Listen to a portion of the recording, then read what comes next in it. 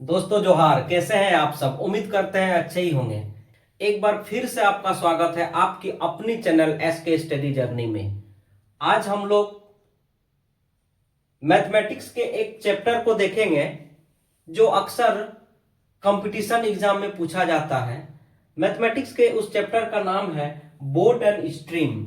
इस चैप्टर से competition exam में क्वेश्चन आता है और बहुत ही आसानी से इसको हम लोग सीखेंगे।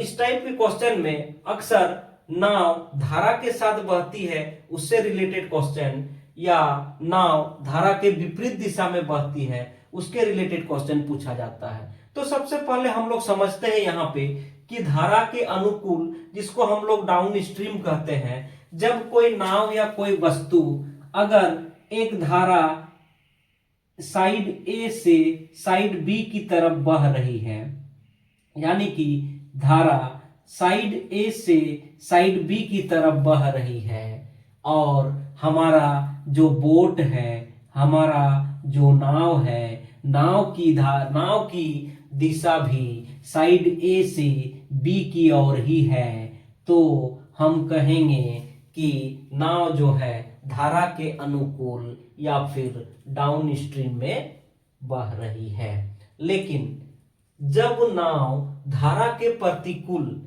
यानी कि धारा के विपरीत दिशा में बह रही है, जैसे धारा की चाल ए से बी की ओर है, धारा की गति ए से बी की ओर है, और ये नाव की चाल, नाव की गति बी से ए की ओर है, तो हम कहेंगे कि नाव जो है, नाव अप स्ट्रीम में बह रही है या अप स्ट्रीम में चल रही है।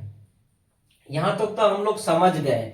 इसके आगे हम लोग ये जानेंगे कि जब नाव धारा के साथ बह रही है या नाव जब धारा के अनुकूल बह रही है, तो नाव की जो चाल होगी वह चाल धारा के चाल के साथ जुट जाएगी। मान लेते हैं कि जब नाव धारा के अनुकूल बहती है तो नाव की चाल यहाँ पे x किलोमीटर पर आवर है, और धारा की चाल यहाँ पे y किलोमीटर पर आवर है। तो जब नाव धारा के अनुकूल बहेगी तो दोनों की चाल x प्लस y हो जाएगी। ठीक उसी प्रकार जब नाव अप स्ट्रीम में जाएगी यानी कि धारा के विपरीत, तो x माइनस y हो जाएगा। यहां तक हम लोग समझ गए। अब यहां पे हम लोग देख रहे हैं कि एक क्वेश्चन यहां पे दिया हुआ है। उस क्वेश्चन में हम लोग समझते हैं कि इस क्वेश्चन में हम लोग को क्या करना है। जैसे कि इस क्वेश्चन में लिखा हुआ है कि एक नाव धारा के दिशा में 12 किलोमीटर प्रति घंटा तथा धारा के प्रतिकूल 6 किलोमीटर प्रति घंटा चलती है, तो शांत जल में नाव की चाल निकाले, साथ ही धारा की चाल भी निकाले। तो सबसे पहले हम लोग इसके कंसेप्ट को समझते हैं कि यह किस प्रकार बनेगा। अगर हम लोग इसको लॉन्ग विधि में बनाएंगे, लंबी विधि में बनाएंगे, तो सबसे पहले हम लोग लिखेंगे कि माना कि नाव की चाल x किलोमीटर है। माना नाव की जो चाल है वो नाव की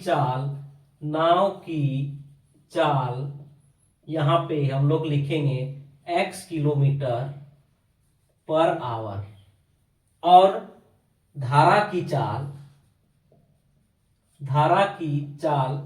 y किलोमीटर पर आवर। अब क्वेश्चन के अनुसार हम लोग लिखेंगे x plus y equal to 12। चूंकि धारा के दिशा में नाव बह रही है, तो हम लोग जैसे समझे कि जब धारा के दिशा में बहती है तो दोनों की चाल जुट जाता है, x प्लस वाई हो गया 12। उसी प्रकार जब धारा के विपरीत दिशा में नाव बह रही है तो वो हो जाएगा x माइनस वाई बराबर 6। इसको समीकरण 1 मानते हैं, इसको समीकरण 2 मानते हैं।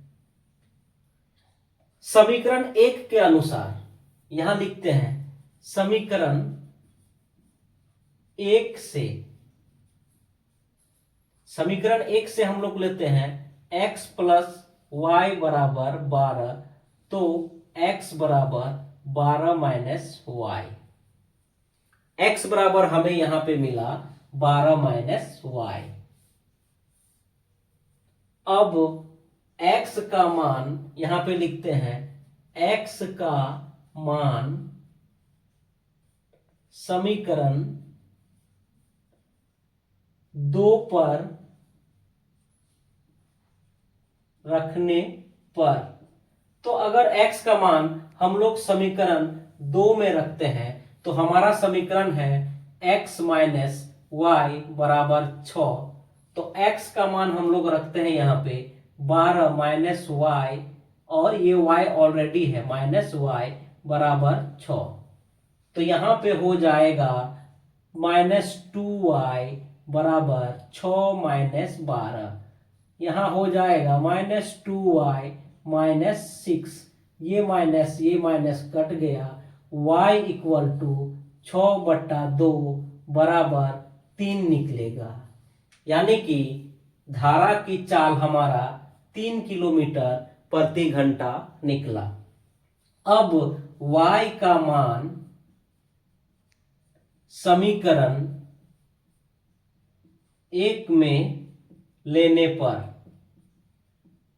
y का मान समीकरण 1 में अगर रखेंगे तो हमें मिलता है x प्लस 3 बराबर 12, और x बराबर 12 माइनस 3, और x बराबर 9।